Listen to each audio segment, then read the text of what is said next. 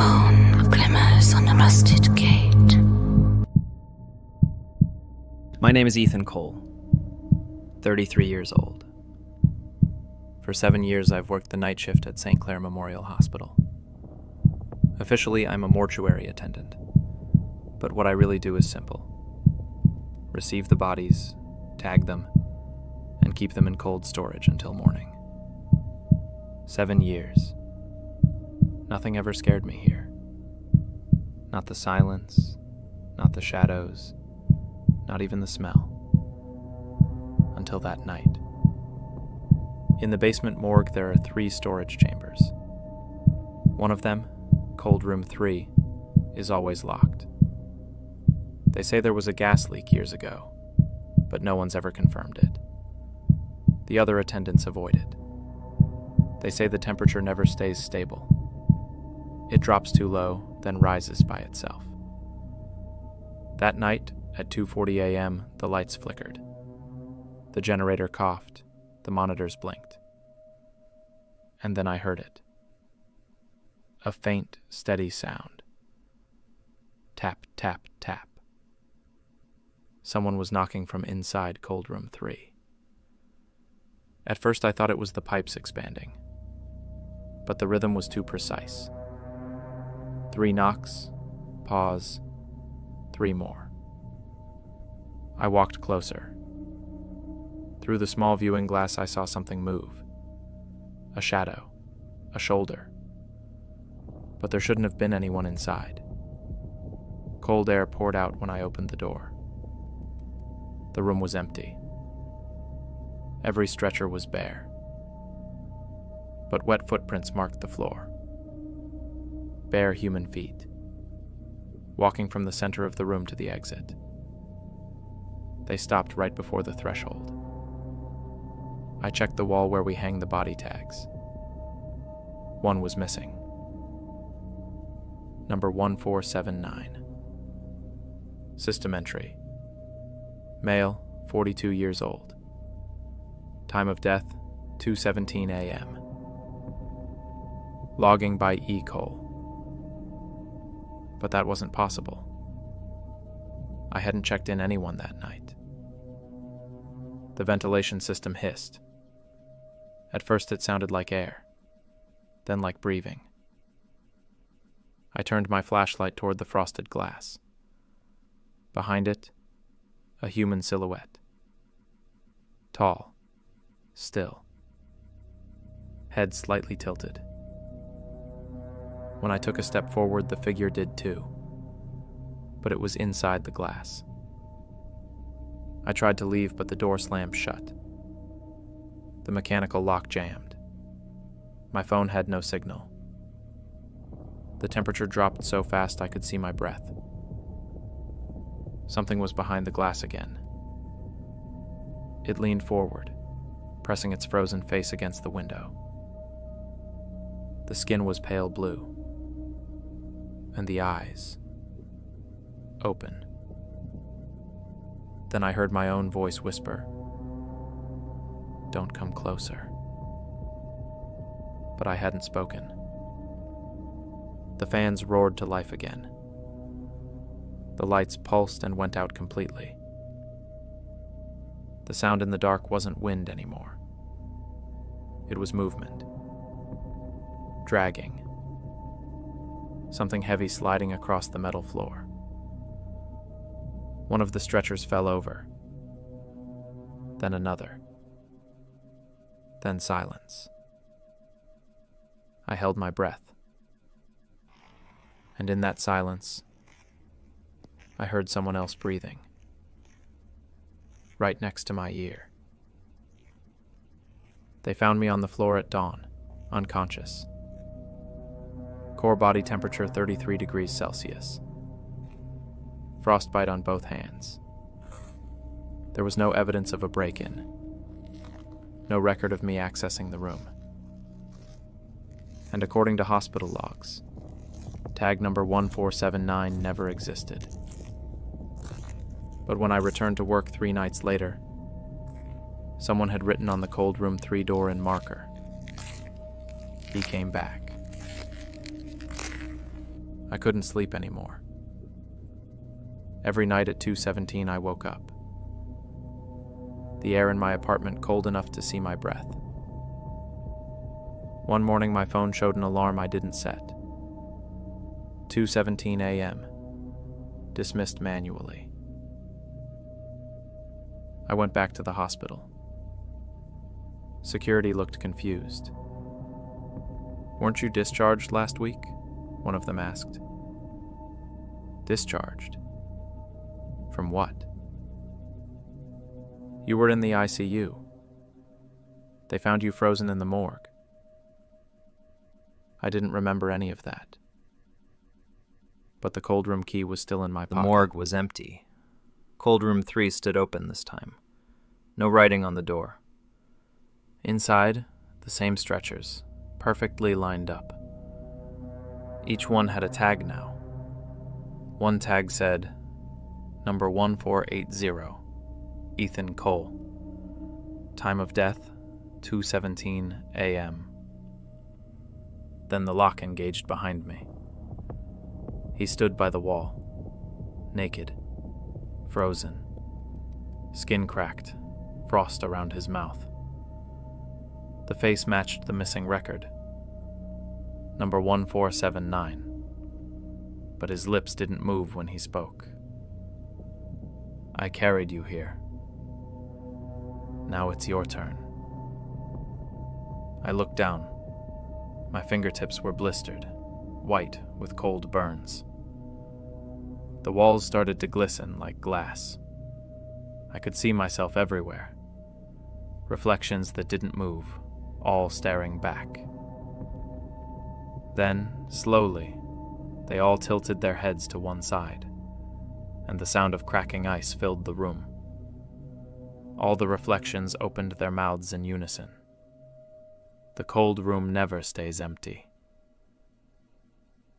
Next morning, the door was found open. No body, but frost-covered handprints across the floor. Each one marked with the same timestamp. February 17th, 2025, 2:17 a.m. The last line in the shift report read, "New night attendant assigned Ethan Cole. It's quiet tonight. Just the machines. But sometimes, one of them sounds like it's breathing." Cold room 3 was left open again. I closed it, but someone's inside. This time, I didn't open the door. Rusted gate. My name is Clara Holt, 28 years old. I work as a night nurse at the St. Alden Care Facility, a private geriatric hospital outside the city. It was supposed to be an easy job. Quiet halls, sleeping patients, routine rounds every hour. But from the first night, the building felt wrong. Not haunted, just aware. This time, I didn't open the door. There's one corridor on the east wing that no one likes to walk. It doesn't have a name, just a number. Hallway 6E. No cameras, no windows, and the lights never stay on. When I asked why, the head nurse smiled strangely. "Don't worry about 6E, she said. "No patients down there anymore." But on the charts, I saw a room listed. Room 606. Patient name, E. Hargrove. Status, deceased, not transferred. My shift started at midnight. By 2:30, the halls were silent except for the distant hum of machines.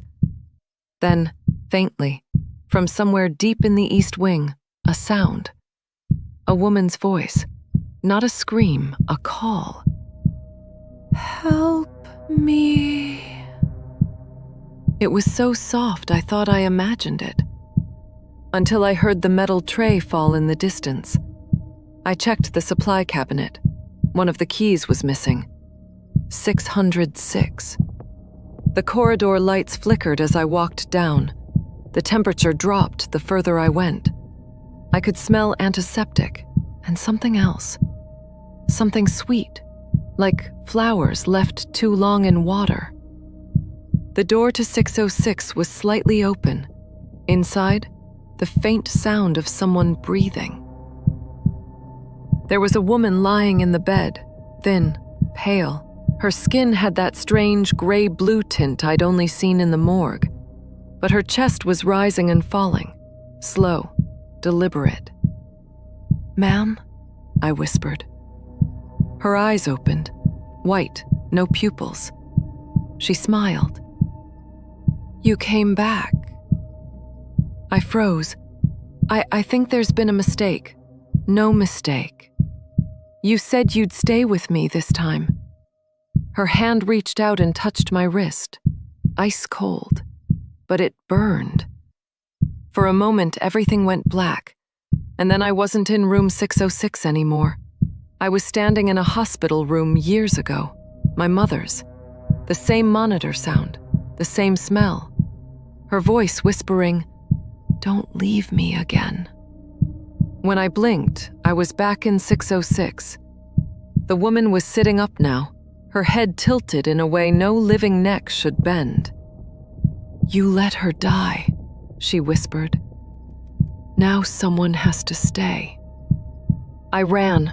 The corridor stretched longer than before. Each light above me flickered out as I passed beneath it. I could hear her footsteps, soft, bare feet on the tile, following. When I reached the end, the exit door was gone, just another white wall. And the whisper behind me. "You said you'd stay." I turned. The woman was inches from my face, her eyes now pitch black, her mouth opening too wide. She screamed, but the sound didn't come from her throat. It came from inside my head. They found me the next morning in hallway 6E, sitting against the wall, unresponsive. My ID badge was gone. In my hand, I was clutching a room key, 606. The records say room 606 was sealed 10 years ago after a fire. The patient, Eleanor Hargrove, age 62, died in that room. She had no visitors at the time, except one, her daughter, Clara Holt. The hospital reopened the East Wing last week.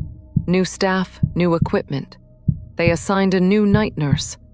Her name tag says C. Holt. And every night at 2:30 a.m., someone hears a voice down the corridor, soft, almost kind. "It's okay. You can stay this time." Something stirs. Cold moan glimmers on the rusted gate. My name's Caleb Turner, 29 years old. Before last winter, I worked night security for an old office complex outside Denver, a place that used to be a manufacturing plant in the 70s. They'd renovated the top floors into call centers, but the basement, they left it mostly untouched. When I got hired, the manager, a woman named Ruth, told me, "You won't have to go down there. Just keep an eye on the cameras, that's all." I laughed and said, "Sure." But on my second week, I started noticing things that didn't fit. The night shift was quiet, too quiet. The only sounds were the hum of vending machines and the buzz of the fluorescent lights. Every night at exactly 3:11 a.m., camera 14, basement south corridor, would flicker. Just 1 second of static, then it'd come back. I thought it was interference at first, until I noticed what was different. The storage door at the end of the hallway, the one marked Records Room 1982, would always be slightly open afterward. On January 17th, the flicker lasted longer, about 8 seconds. When the feed came back, I saw movement in the far end of the hallway. At first, I thought it was dust or light distortion, but then a hand, pale, long-fingered, slid across the concrete floor, pulling something heavy out of the dark. I rewound the footage. Nothing. The entire 8 seconds were missing. That was the first time I wrote a report. Ruth just told me, basement wiring's old. Ignore it. A few nights later, the building's PA system turned on by itself. Just static. Soft at first. Then a voice, faint, layered, like several recordings over one another. Do not go below floor 0. It repeated 3 times. Then silence. No one else in the building heard it. I checked the system log the next morning. Playback source, file number 000, audio archive. That folder didn't exist in the computer directory. Around 3:11, again, the security line rang. Internal extension, basement, records. No one's supposed to be down there. I answered anyway. Security, this is Caleb. A long pause, then a whisper, barely audible. Don't let her out. The line cut. Next day, I checked the keycard records. No one had swiped into the basement since 2019, but there was one manual override entry. Time, 3:11 a.m. Accessed by cal.turner. That's my ID, but I hadn't left the control room. When I told Ruth, she just stared at me. Then she said something I didn't expect. We shouldn't have reactivated camera 14. On February 4th, the power cut out for 12 minutes. Backup generator kicked in, but half the cameras stayed dead. I grabbed a flashlight and went to check the breaker. When I reached the basement, the air was colder. My breath showed in front of me. The door to the records room was open. Inside, rows of rusted filing cabinets, water dripping somewhere. And on the far wall, a mirror. Tall, cracked, half covered by an old sheet. When my flashlight hit it, I froze, because my reflection was standing still. But I wasn't. I ran back upstairs and checked the live monitors. Camera 14 was back online, and it was showing me, standing in the basement, holding my flashlight, staring into the mirror. But I wasn't there anymore. I was in the control room, watching myself on the screen. Then I lifted the flashlight and smiled. After that, I stopped working nights. Ruth said I was showing signs of exhaustion. But sometimes when I can't sleep, I log into the remote security feed just to check. And at 3:11 a.m., camera 14 still flickers. Every time, the frame freezes on that same reflection. The face in the mirror looks older now, tired, like it's waiting. February 9th, 2024, 3:12 a.m. This is Caleb. I think the building's empty. I keep hearing her voice through the vents, the same one from the PA system. She keeps saying the same thing. Don't let her out. The mirror's moving. It's moving again. Not the reflection, the glass itself. It's breathing. We're still down here. The building was found locked.